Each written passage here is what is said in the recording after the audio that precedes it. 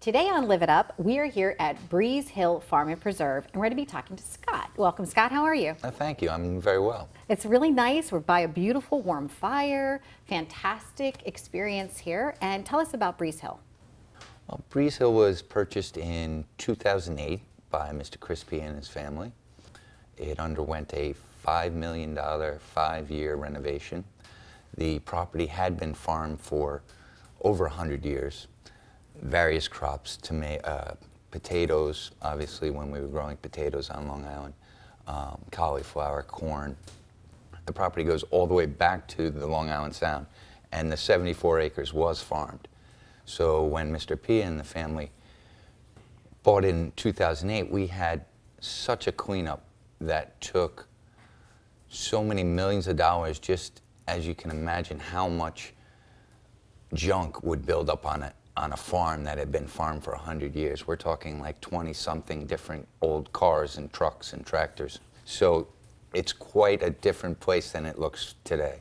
Yeah, it's stunning. It's quite beautiful. I was able to come out for a visit a few months ago, and you took me on a tour. And so you have an apple orchard and with many different varieties. What do you grow here on the property? In the apple orchard, which is about 22 acres, we have over 24 different varieties, from everything from Red Delicious, Golden Delicious, to the newer varieties like Honeycrisp and Mutsu, or Crispin they're called as well.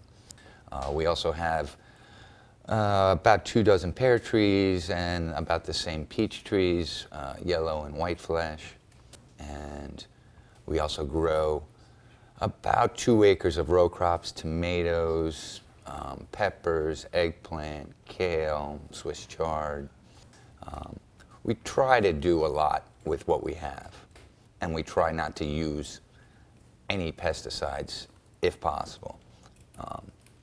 And as you saw, as you drove around the beautiful property, we weed whack around 2,400 trees twice a month, so we don't have to spray the herbicide and kill the grass underneath. You're doing it very naturally. As naturally as we can. Yeah, it's quite interesting. And then you have your own press here. You're making cider Yes. here. Let's talk about that, because you have state-of-the-art equipment. We do. It's a brand new squeeze box is what they call it. Oh, and it looks like that. It looks like a squeeze box accordion. Is that why they call it? Exactly, yep. Okay. And it's the same kind of equipment the big juice companies like Naked Juice or Ottawalla, same exact equipment they're using. So our juice comes out as if it was the first time the press was ever used, because after we use the press, everything gets torn apart, sprayed down. The bags go in a washing machine with a 1/4 cup of bleach. They come out brand new.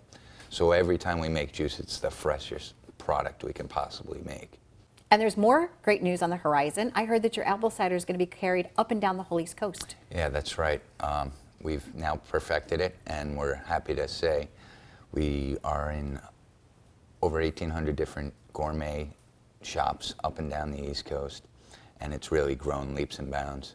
And because of that, it gives me the opportunity to focus on helping the community and organizations such as Wounded Warriors. I guess because a portion of the juice will then go to do charitable things. Absolutely. It's really lovely. And you have pies, freshly baked pies. We bake pies and some low-calorie, non-sugar type treats that are organic as well. Oh, okay. With organic sugars. And the biggest hit this year was the cider donuts that we recently installed in the farm They're stand. good. And there's 2 varieties. There's one that has the cinnamon sugar and also powdered sugar. And powdered sugar. Yeah, they're really good. They are. And I like, when I had a chance to taste it, I tried one bite of one and one bite of the other. I kind of like mixed it, right? So like my own choice, but it was really delicious, really Yeah, good. they've really taken off. I mean, some days I swear I'm just selling donuts and not apples. I think the smell just kind of like wafts throughout, does. right onto the roadside, and It people are does. smelling the People donuts. come in and say, I smelled your donuts at the light. Right, they're fresh and ready They to are. go. We make them all day long. So you have the produce, and I know you have carry some local cheeses. Yes, right down the road is a goat farm, and we get fresh cheese from them every day. And basically, I try and pool with all the other farmers. In other words, if I don't have room to grow cauliflower or broccoli right now, so I go down the road to my friendly farmer and I have him harvest it for me that morning. And that's what we try and focus on here, freshness. We try and stock as much as we think will sell in any given day or two, and then we go get fresh produce again. And besides the apple orchard, you also have property where people can hunt and people can harvest deer on a private type of setting? It's actually, yeah, it's a private hunting preserve for Okay. the owner and his guests. Okay. So yes, the back 50 acres is maintained in a as natural setting as possible, which attracts the deer and the ducks, and we have a couple flocks of native geese and a couple flocks of different turkeys, because we were recently restocked out here, and some of them liked our property and they've stayed. And freshwater ponds? We have 2 freshwater ponds. One's got a smallmouth bass and koi in it, and the other is for the duck. We had the duck blind set up, and that's to attract the ducks during duck season. Very nice. And if somebody was to have a private, event here, a small gathering here, you also have access to the sound. Right, we go right down to the sound. We've got a nice bluff that was recently seeded with grass, and it overlooks Long Island Sound in Connecticut, and it's absolutely spectacular. I even noticed like a cow, a llama. You have Oh a- yeah, we okay. have some livestock. We have 3 cows, a horse, a pony, a llama, a couple goats, and at any given time between 100 to 200 pheasant and quail that we then release in the preserve and use our hunting dogs to go try and find them. But as we never find them all, so we're actually repopulating the East End with pheasant and quail. And speaking of rescuing and finding, I know that you had to rescue a cow, one of your neighbor's cows, right? Did you have to, there was a cow that got loose and then you had to rescue Well, it? that or- was actually our cow. Oh, it was your cow that got loose, okay. That was a funny story because I wasn't expecting the cows to arrive as quickly as they did. So they went into the horse pasture, and cows are a lot more mischievous than horses. So the one cow that had just been plucked from all its friends and brought over to our farm stuck its head through the gate, lifted it up, and the gate fell right off, and the race was on, and we were chasing 3 cows through the preserve. We managed to get 2 of them back, and one actually crossed 48 and was running down the road through the vines across the street. It was a 3-hour ordeal. By the time I was done, I thought I ran a marathon. But everybody's all safe. Everybody got and back good now. safe and sound, yeah. Very, very cute. And I know that you do private weddings also. Yes, we have a few openings for next year Okay. available. We're not a wedding factory. We're more geared towards, say 100 to 125 is like the perfect size that I tell people.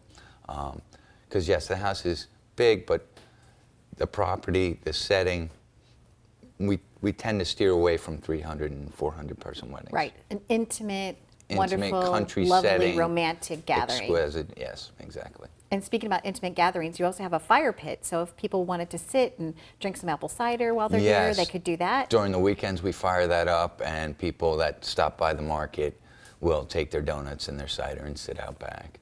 Well, there's nothing else like it on Long Island. So the first time I came, like I said to you, I was like overwhelmed because there's so much. There's a lot of history, a lot of wonderful things that you've done in terms of, like you said, getting rid of the old beat up cars and really almost like preserve, like you said, it is a preserve, but you've almost reestablished nature here. Absolutely. You took what was once distraught and just ruined, and now you're growing it again. Absolutely. Most orchards nowadays actually are planted in what they call high density planting, where the trees are spaced, just like vines in the vineyard, about 18 inches apart.